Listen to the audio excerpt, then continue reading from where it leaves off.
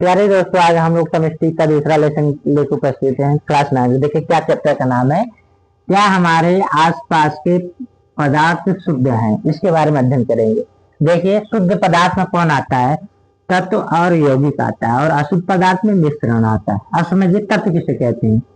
ऐसा शुद्ध पदार्थ जो एक प्रकार के परमाणु से मिलकर बना हो उसे क्या कहते हैं? तत्व कहते हैं। तो टोटल तत्व कितने आवर्त सारणी में? 118 तत्व हैं। हाइड्रोजन हीलियम बीच में से क्या तत्व हैं?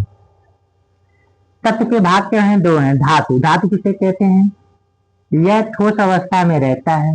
इस पर क्या आवेश क्या होता है? धन आवेश होता है, और ये विद्युत का सुचालक होता है, और ये क्या करता है? विशेष चमक उत्पन्न करता है। उसे क्या बोलते हैं? धातु बोलते हैं। तो दूसरा है इसमें अधातु। अधातु किसे बोलते हैं? यह क्या होता है? गैसीय अवस्था में रहता है। ये विद्युत का क्या है? सुचालक होता है। ये क्या है? ऋण आवेश होता है। यह इस पर कोई चमक नहीं होती है, चमक नहीं होती, इस पर कोई चमक नहीं होती है, ये मारेगा। अब देखिए, फिर आता है, हम यौगिक बारे में पढ़ते हैं। यौगिक क्या किसे कहते हैं? वैसा शुद्ध पदार्थ जो दो या दो से अधिक भिन्न गुण वाले तत्वों को निश्चित अनुपात में मिलाने से तैयार किया जाता है, उसे यौगिक कहते हैं। जैसे निश्चित अनुपात मिलाने, मतलब यहाँ देखिए H2O, मतलब दो हाइड्रोजन मिला है, एक ऑक्सीजन मिला है, क्या मिलकर बनाया? जल बनाया है। तो ये जल क्या है? यौगिक हो गया। यहाँ एक कार्बन है, दो ऑक्सीजन मिला है, क्या इसका नाम हो गया? Carbon dioxide. एक क्या होगी? गैस हो गई।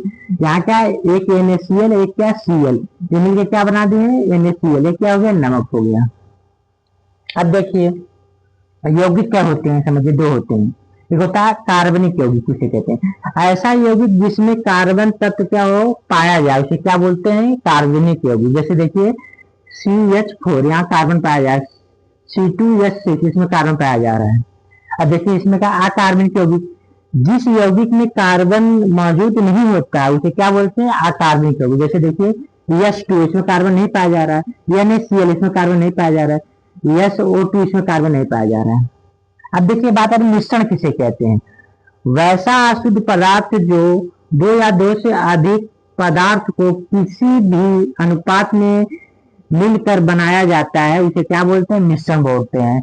जैसे क्या है? शरबत, शरबत को हम चीनी डालते हैं, नमक भी डाल के बनाया जाता है बहुत जगह, पानी पे डालते हैं, तो उसको क्या मिलके से बनाते हैं? वो क्या हो गया? मिश्रण हो गया। मिश्रण दो होते हैं, एक होता है समांगी मिश्रण, एक होता है विषमांगी। समांगी मिश्रण किसे कहते हैं? जिसमें पदार्थ समान रूप से घुल जाते हैं, उसे क्या बोलते हैं? समांगी मिश्रण। जैसे क्या हो गया? चीनी तथा जल का मिश्रण, और नमक तथा जल का मिश्रण। जैसे देखिए हम क्या, चीनी और नमक को, चीनी और पानी को जब हम घोलेंगे तो क्या होगा? चीनी में, तो चीनी और पानी को जब हम घोलेंगे तो क्या पानी में चीनी घुल जाएगी, तो इसे क्या समांगी मिश्रण बोलते हैं।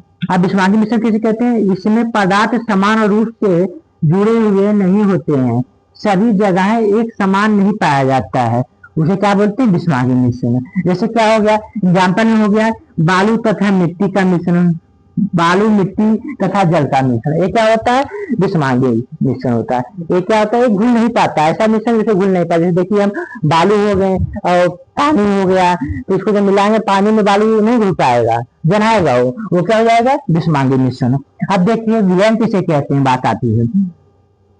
दो या दो से अधिक समांगी मिश्रण को मिलने से क्या बनता है? विलयन बनता है।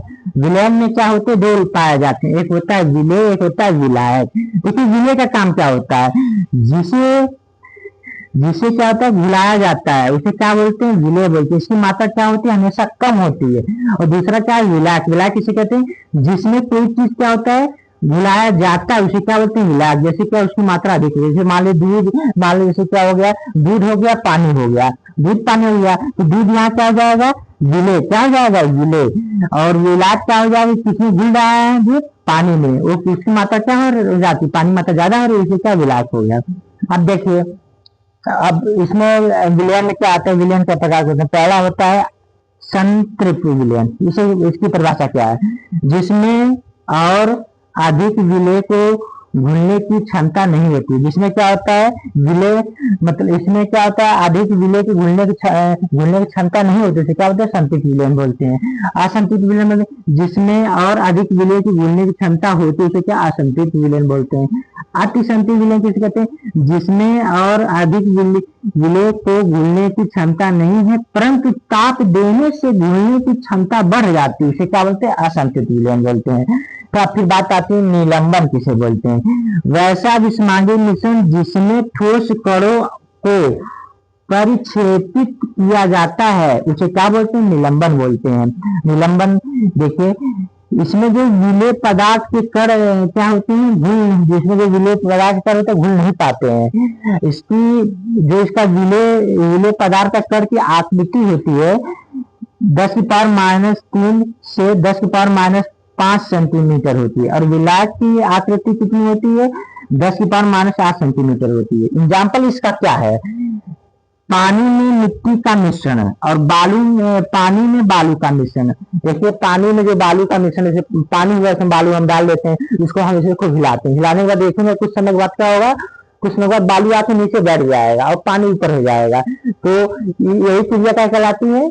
बालू नहीं घुल रहा है ना, तो देखिए नीचे बैठ जा रहा है, यही क्या है? निलंबन क्रिया है। कोलाइडल विलयन किसे कहते हैं? देखिए, वैसा विषमांगी मिश्रण जिसमें विलेय कण की आकृति समांगी से बड़ी तथा निलंबन से छोटी होती है, उसे क्या बोलते हैं? कोलाइडल विलयन बोलते हैं। इसकी आकृति कितनी होती है? 10⁻8 सेंटीमीटर तक होती है लगभग। इसका एग्जाम्पल क्या है? दूध हो गया, टूथपेस्ट हो गया, गोंद हो गया, स्याही हो गया, ये सब इसका क्या एग्जाम्पल है। अब हम पढ़ते हैं इसका गुण। उसके गुण में आता है टिंडल प्रभाव। टिंडल प्रभाव किसे कहते हैं? जब प्रकाश की किरणें किसी कोलाइडल विलयन वाले मिश्रण से गुजरती हैं, तो वह कण प्रकाश को फैला देते हैं। इस वजह से प्रकाश का मार्ग स्पष्ट रूप से दिखाई देने लगता है। तो इसी क्रिया को क्या बोलते हैं? टिंडल प्रभाव बोलते हैं। जैसे क्या हो गया, आप अंधेरे में रूम में है, तो देखिए मुक्का होता है, मुक्का से जब प्रकाश आता दिखाई देता है, तो मुक्का से प्रकाश आता है तो दिखाई देता है, तो आपको उसमें पूरा प्रकाश आता है, तो उसमें जो कण होते हैं छोटे छोटे आपको पूरा स्पष्ट रूप से दिखाई देते हैं। वही क्या टिंडल प्रभाव का एग्जाम्पल है। अब देखिए, इसकी खोज किसने किया था? टिंडल प्रभाव की जॉन टिंडल किए थे। कब किए थे? 1869 ईस्वी में किए थे। अब आता है आवर्षण किसे कहते हैं? देखिए, दो द्रव पदार्थ के मिश्रण को इस विधि द्वारा क्या किया? अलग किया जाता है। जो पहले विधि होता है उसे वो वाष्पन होती है, दूसरी विधि संघनन होती है। तो उसी क्रिया को क्या बोलते हैं? आवर्षण बोलते हैं। इसका एग्जाम्पल क्या हो गया? समुद्र की जल की जब सफाई की जाती है तो इसी विधि द्वारा की जाती है। अब दूसरा आता है प्रभावी आवर्षण। इसे क्या कहते हैं? देखिए, सारी गलती हो गई। दो द्रव पदार्थ के मिश्रण को अलग किया जाता है। दो द्रव पदार्थ के मिश्रण को अलग किया जाता है। जैसे देखिए, भूगर्भ से निकाले गए खनिज का तेल हो गया। इसमें किसी द्रव पदार्थ में जो धुले कण होते हैं, जो बड़े कण होते हैं, उसे क्या होता है? छान कर अलग कर दिया जाता है। तो इस विधि को क्या फिल्टर करते हैं? इससे क्या होता है? जैसे पानी हो गया, तो क्या पानी हो गया, पानी में हम कोई कंकड़ डाल देते हैं, कंकड़ डालने को छन्नी के छाल में जब उसको छान देते हैं तो क्या होता है? ऊपर रह जाता है, पानी से चला जाता है। इस विधि को क्या होगा? फिल्टर विधि हो गया। अब देखिए, होता अपकेंद्रीकरण किसे कहते हैं? जो वॉशिंग मशीन कपड़ा धोती है, तो यह अपकेंद्रीकरण विधि द्वारा होती है। जो दूध से क्रीम निकाले जाते हैं, बोलते हैं मक्खन, तो वो किस विधि द्वारा? अपकेंद्रीय विधि द्वारा होता है। अवसाधन विधि का, इससे द्वारा क्या होता है? इससे जल से मिट्टी का मिश्रण क्या अलग किया जाता है। जैसे जो मिट्टी हो गया, जल हो गया, मिट्टी और जल हो गया, तो एक ही में इसको मिला दे, मिलाने का क्या? तो मिट्टी को अलग किया, जल को अलग किया जाता है। तो अवसाधन विधि द्वारा अलग किया जाता है। प्यारे बच्चों, आज मेरी क्लास समाप्त होती है।